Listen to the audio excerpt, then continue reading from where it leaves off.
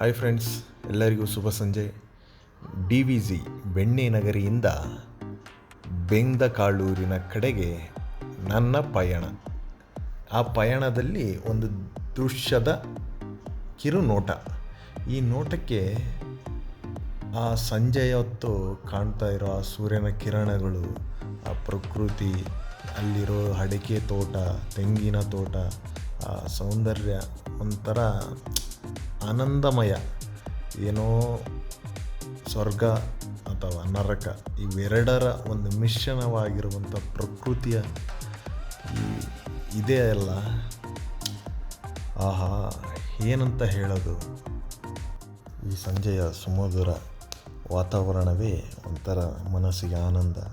ಪ್ರಕೃತಿಯ ಸೌಂದರ್ಯದಲ್ಲಿ ಬಿದ್ದು ನೆಂದು ಹೋಗಿರುವ ಜೀವಗಳಿಗೆ ಆಸರೆಯೇ ನಮ್ಮ ಹಸಿರಿನ ತೋರಣದ ಪ್ರಕೃತಿಯ ವಿನ್ಯಾಸ. ಈ ವಿನ್ಯಾಸದಲ್ಲಿ ಎಲ್ಲ ಈ ಮಾನಸಿಕ ಖಿನ್ನತೆ, ಜಿಗುಪ್ಸೆ ಇವೆಲ್ಲ ಒಮ್ಮೆಯಾದರೂ ಸವಿಯಿರಿ.